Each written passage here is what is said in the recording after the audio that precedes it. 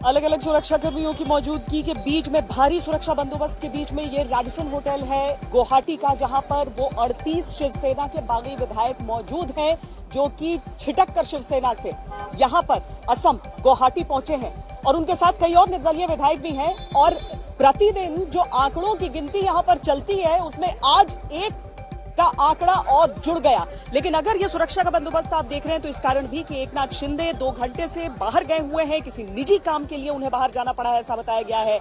लेकिन ऐसी उम्मीद की जा रही है कि हो सकता है वो कुछ देर में वापस यहां पर लौटकर आए।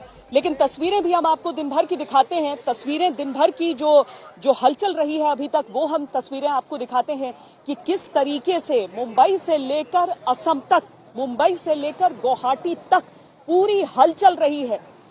शिवसेना की तरफ से तरह तरह की बातें, तरह तरह के दावे किए गए हैं। उद्धव ठाकरे ने सीधे तौर पर यह कहा कि हम सत्ता के लालची नहीं हैं। आदित्य ठाकरे ने अपनी तरफ से सीधे तौर पर यह बात कह दी है कि वो अभी लड़ेंगे। आदित्य ठाकरे ने अपनी तरफ से यह बात कह दी है कि वो अभी आगे लड़ेंगे। वर्षा को छोड़ना यानी सरकारी आवास को छोड़ना, सरकार की लड़ाई को छोड़ना कतई न माना जाए। इसके अलावा युवा सेना के कार्यकर्ताओं से मुलाकात भी कर रहे हैं। इससे पहले शिवसेना के पार्षदों के साथ एक बैठक हुई थी और इस सब के बीच चल रही है घनघोर बयानबाजी। और हाँ, शिवसेना के एक और विधायक यहां पर दिलीप लांडे गुवाहाटी में लैंड कर चुके हैं। वो यहां पर पहुंच चुके हैं और इस होटल के भीतर अब जा चुके हैं। शिवसेना के विधायकों का कुल आंकड़ा 38 इस समय पहुंच चुका है। 37 की आवश्यकता थी 2/3 का अंक हासिल करने के लिए, और अब जो आंकड़ा हो चुका है वो 2/3 + 1 हो चुका है। लेकिन बयानबाजी जिस तरह की चल रही है वो भी हम आपको सुनाते हैं। और माइनॉरिटी में जो लोग हैं उनको कार्रवाई करने का, डिस्क्वालिफिकेशन करने का अधिकार ही नहीं है। और मीटिंग अटेंड करने के लिए नहीं किया, इसके लिए डिस्क्वालिफिकेशन नोटिस देने का कोई अधिकार नहीं। ये सिर्फ डराने की बात है, ये डराने की चेष्टा है। और इसलिए ये शिवसेना के जितने हमारे पास एमएलए है, निर्दलीय है, उन्होंने कहा है कि ऐसी एक नोटिस नहीं 10 नोटिस आएंगे तो भी हम लोग डरने वाले नहीं, क्योंकि आप कार्रवाई करने का अधिकार ही नहीं है। ऐसा हमारा 37 का गुट और बाकी निर्दलीय मेगा गुट बनाने, ग्रुप बनाने से हमको कोई रोक नहीं सकता है। देश में डेमोक्रेसी है, कानून है, कॉन्स्टिट्यूशन है, रूल्स है, इसको तो कोई तोड़ नहीं सकता है। और इसलिए ये सिर्फ प्रेशर टैक्टिक्स है, इसमें वो लोग कामयाब नहीं होंगे, क्योंकि हमारे लोग पूरी तरह एकजुट है। हमारे लोगों ने पूरी तरह सोच समझ के ये स्टैंड लिया हुआ है। हम हार मानने वाले नहीं, हम जीतेंगे, फ्लोर ऑफ द हाउस पर जीतेंगे। अगर लड़ाई सड़क पर हो गई तो वहां भी जीतेंगे। जिसको हमारा सामना करना है मुंबई में आ सकते हैं। धमकियां देने का काम चल रहा है माननीय पवार साहब को, अगर ये सरकार को बचाएंगे तो देख लेंगे। ये केंद्रीय मंत्री बोल रहा है। प्रधानमंत्री मोदी जी सुन लीजिए, अमित शाह जी सुन लीजिए, आपका एक मंत्री महाराष्ट्र में शरद पवार साहब को धमकी दे रहा है। ये धमकी ऐसी है कि आपको घर नहीं जाने देगी।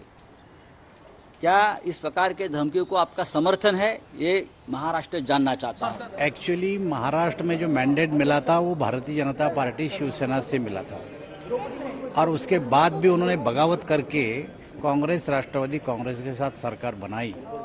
ये बनी हुई सरकार ना तो महाराष्ट्र की जनता को पसंद है, ना तो शिवसेना के एमएलए के लिए पसंद है।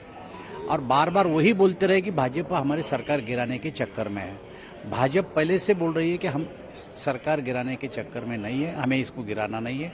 ये खुद झगड़ा करेंगे और आपस में झगड़ के इनकी सरकार गिरेगी। कोई सेंट्रल मिनिस्टर धमकी देने वाला नहीं है, हम धमकी देंगे भी नहीं है, वो उनका अंदरूनी मामला है। आरोप केवल एक तरफ से नहीं लगाए जा रहे हैं, आरोप दोनों तरफ से लगाए जा रहे हैं। हम एक बार फिर आपको दिखाएं कि हम उसी रैडिसन होटल के बाहर मौजूद हैं, जहां पर भारी सुरक्षा व्यवस्था मौजूद है। यहां पर असम पुलिस के कमांडोज हैं, असम पुलिस की एक पूरी बटालियन यहां पर लगी हुई है। इसके साथ ही सीआरपीएफ के जवान भी यहां पर लगे हुए हैं, यानी कि हर स्तर पर यहां पर सुरक्षा इस समय मौजूद है। कोई भी गाड़ी अगर यहां से गुजरती है तो बिना पूरी जांच परख पड़ताल के वो यहां से जा नहीं सकती है। हाँ, निकलते हुए फर्राटे से जरूर निकल जाते हैं और उसी में एकनाथ शिंदे यहां से निकले हैं, जिनके वापस आने का इंतजार इस समय हो रहा है। लेकिन जो आरोपों की बात हम कर रहे हैं, ऐसा नहीं है कि केवल शिवसेना की तरफ से मुंबई से आरोप लगाए जा रहे हैं, बल्कि ये जो बागी विधायक हैं उनकी तरफ से भी आरोप लगाए गए हैं। एक पूरी चिट्ठी जो लिखी गई थी उसमें बहुत तरह की चीजों का जिक्र था और एक बहुत अहम बात का जिक्र था, वो ये कि इन विधायकों को फंड्स मिलने में भी रुकावटें, बाधाएं सब आने लगी थी। इन आरोपों पर क्या कहा गया है शरद पवार की तरफ से, एनसीपी की तरफ से, वो आपको सुनाते हैं। बात ऐसी है कि जो लोग बाहर गए, वहाँ के उनके नेता हैं, उनका कहना है कि वहाँ ये आघाड़ी में हम गए और वहाँ कांग्रेस, राष्ट्रवादी, इन पार्टी के खिलाफ हमारे मन में एक तरह की नाराजगी है। तो यहाँ आके कहो, हमारे सामने कहो और आवश्यकता हो तो हम बाहर फिरने के लिए भी तैयार हैं, मगर ये आसाम में बैठकर नहीं, ये यहाँ आकर कहने की उन्हें स्थिति दिखानी चाहिए। और यही बात कल उद्धव ठाकरे जी ने बताई। शिंदे कैंप ने ठीकरा एनसीपी पर फोड़ा है, कहा कि एनसीपी का जो रवैया है उससे वो लोग परेशान है। क्या कांग्रेस को की भी यही फीलिंग है? नहीं, देखिए, मैं ये सारी बातें यहाँ पे नहीं कह सकता। अभी जो परिस्थिति हमारे सामने है उसको हम रिएक्ट करेंगे, उसके हम बाद में बताएंगे, लेकिन अभी परिस्थिति स्पष्ट नहीं हुई है।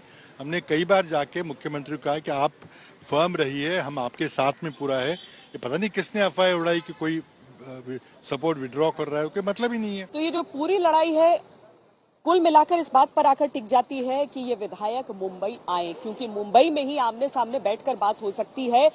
कई तरह के कटाक्ष भी कस दिए गए हैं, कई तरह की चुनौतियां भी दे दी गई हैं। बार बार ये कह दिया गया है कि अगर मसला महाराष्ट्र का है तो उसे सुलझाया भी महाराष्ट्र में जाएगा, गुवाहाटी में बैठकर सुलझाया नहीं जा सकता है। लेकिन अपनी तरफ से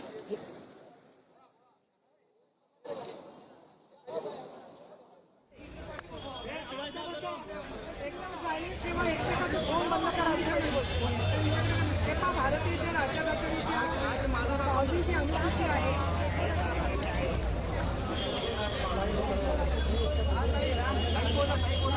ती अनुसूची आहे त्याची प्रत सगळ्यांना देणार आहे आणि त्या प्रतिमध्ये ज्या लोकांना त्यांनी म्हटलेले की ज्या लोकांना विधानसभेमध्ये काही वेगळी त्यांनी भूमिका घेतली असेल तर ते अपात्र, म्हणजे त्यांची आमदारकी जर का रद्द व्हायची नसेल तर त्यांना कुठल्याला गटामध्ये विलीन तरी व्हावं लागेल, विलीन व्हावं लागेल त्यांना आणि विलीन व्हावं लागेल। अन्यथा त्यांचा जो गट आहे तो मूळ पक्षापासून विलीन झाला नाही तर त्याच्यामध्ये त्याला अपात्रतेमधून सुटका मिळणार नाही आणि हे विलीन होत असताना त्यांना कुठल्या तरी रजिस्टर्ड पक्षामध्ये विलीन व्हावं लागेल किंवा स्वतःचा गट काढावा लागेल। म्हणजे थोडक्यात शिवसेना हे नाव त्यांना मूळच्या पक्षाचं वापरता येणार नाही हे त्याच्यामध्ये स्पष्ट केलेलं आहे। आणि म्हणून मी वरती बोलत असताना सांगितलं की त्यांना आता भारतीय जनता पक्षामध्ये विलीन व्हावं लागेल किंवा बच्चू कडू यांना त्यांचा जो प्रहार संघटनेचा आहे पसरवला जातो आहे। गैरसमज काय पसरवला जातोय की शिवसेना नाव त्यांना मिळणार आणि शिवसेनेचं चिन्ह त्यांना मिळणार। याबद्दल पण मी स्पष्ट करू इच्छिते की निवडणूक आयोगाचं जे काही नियम आहे त्याच्यानुसार शिवसेनेची राज्यघटना आहे, शिवसेनेची राज्यघटना आहे, त्याचबरोबर शिवसेनेची जी घटना आहे ती घटना निवडणूक आयोगाच्या नियमानुसार। सीधे हम आपको मुंबई लिए चलते हैं, जहां से मेरी सहयोगी विद्या इस समय हमारे साथ जुड़ रही है। विद्या, शिवसेना की रुख में काफी परिवर्तन नजर आ रहा है, उनका जो एक आक्रामक रवैया है वो आज ज्यादा नजर आ रहा है। क्या ये उनकी रणनीति में भी रिफ्लेक्ट कर रहा है या केवल बयानों में ही अभी तक? जी देखिए, अभी अभी ये सारे के सारे कार्यकर्ता अंदर से निकल के आए हैं और इनका यही कहना है कि आदित्य ठाकरे और उद्धव ठाकरे ने जब उन्हें एड्रेस किया, उन्हें सीधा कहा कि अगर जिस तरह से एमएलए छोड़ के गए हैं वैसे अगर आपको भी छोड़ना हो तो आप भी छोड़ लीजिए। आप अपना फ्यूचर, अगर आपको लग रहा है कि मेरे साथ खराब होने वाला है तो आप भी छोड़ दीजिए। मैं नया कैडर फिर से बनाऊंगा, नए लोग खड़े करूंगा और उन लोग को ऊपर लेके जाऊंगा। यही चीज सामने आई है इस पूरे जो मीटिंग हुई है जिला पर जो अध्यक्ष थे उन सब लोगों के साथ, कई सारे लोग हर जिले से जो आए थे उन सब के साथ यही हुआ। और इसके बाद अब आदित्य ठाकरे युवा सेना जिसको वो हेड करते थे उनके साथ वो मीटिंग कर रहे हैं। तो लग यही रहा है कि इसी तरह का अप्रोच युवा सेना के साथ भी कहा जाए, क्योंकि नए नए कैडर इकट्ठा करने की जो बात कही है वो ऑब्वियसली युवा सेना से भी आएगा। तो यही वजह है कि इस पूरे जो आज जो मीटिंग है उसमें यही निचोड़ निकल रहा है कि ये जो हमने देखा था 2 दिन पहले तो बहुत प्यार से बात कर रहे थे, लेकिन जैसे जैसे दिन बदल रहा है और लोग नहीं मान रहे और जिस तरह से वो आरोप लगाना शुरू कर रहे हैं, गुवाहाटी से जिस तरह से आरोप लग रहे हैं, वैसे ही अब इनका भी रुख काफी आक्रामक हो गया है। यानी भय बिन होई न प्रीत वाले मंत्र को ये अपनाना चाहते हैं, लेकिन यहाँ सरकार बचाने से ज्यादा पार्टी बचाने की कोशिश दिख रही है विद्या। बिल्कुल, देखिए वैसे भी आप देख लीजिए, उद्धव ठाकरे ने कभी ये नहीं कहा कि मुझे सत्ता से प्यार है। वो तो सिर्फ हमेशा यही कहते आए थे कि उनके लोग सत्ता में होने चाहिए थे। वो जब बीजेपी के साथ जब भी लड़ाई हुई थी 2019 में, तब भी उन्होंने यही कहा था कि मुझे कुर्सी नहीं चाहिए, मेरे लोगों को आप कुर्सी दीजिए थे। ये जो वजह है, इसकी वजह से अगर जो किरकिरी जिस तरह से हुई है वो उद्धव ठाकरे को बिल्कुल पसंद नहीं आई है। जिस तरह से बेइज्जती आप कह लीजिए, खुद के लोग जो उंगलियां उठा रहे हैं उनके ऊपर, ये जो इनको उंगलियां उठती हुई दिख रही हैं वो अच्छी नहीं लगी है। और यही वजह है कि उद्धव ठाकरे और जितने भी शिव सैनिक, और आप सुन लीजिए ये सिर्फ ठाकरे का ही नहीं, जितने जो शिव सैनिक हैं उनका भी यही मानना था कि जो एमएलए गए हैं हम उनको सबक सिखाएंगे। हम नहीं चाहते कि जो जिस तरह से राणे गए, जिस तरह से हमने कभी उनको वापस नहीं बुलाया, हम इनको भी वापस नहीं बुलाएंगे। यही रवैया जब छोटे से छोटे शिव सैनिक का है तो समझ लीजिए कि नेताओं का क्या होगा। ये जो अघाड़ी के सारे पार्टनर्स हैं विद्या, उन सब में इस चीज को लेकर एकजुटता दिख रही है, क्योंकि ये तो शिवसेना की अपना सरदर्द है, लेकिन सरकार गिरेगी तो सबका वहां पर देखने को मिलेगा। जो सूत्रों के हवाले से जो खबरें निकलती हैं उसमें एक अविश्वास भी नजर आता है सबका एक दूसरे को लेकर। देखिए 2019 में जब यही चीज एनसीपी के साथ भी हुआ था तो शरद पवार ने भी तो यही किया था ना। पहले तो मान मनोबल की बात हुई थी, लेकिन जब उनको लगा कि कुछ घंटों बाद भी जब एनसीपी के लोग नहीं आ रहे, अजीत पवार इनकम्युनिकेडो हो गए थे, तब उन्होंने भी तो यही रवैया अपनाया था। सीधे उन्होंने कह दिया था कि इन सबको निष्कासित किया जाएगा। जब आक्रामक रूप पवार साहब का देखा था सब लोगों ने, शरद पवार ने जैसे ही बोला था कि इन सबको निकाल दिया जाएगा, वैसे ही धड़ धड़ करते हुए सब वापस दिल्ली से आ गए थे। कुछ लोगों को लाना पड़ा था, कुछ लोग खुद आए थे।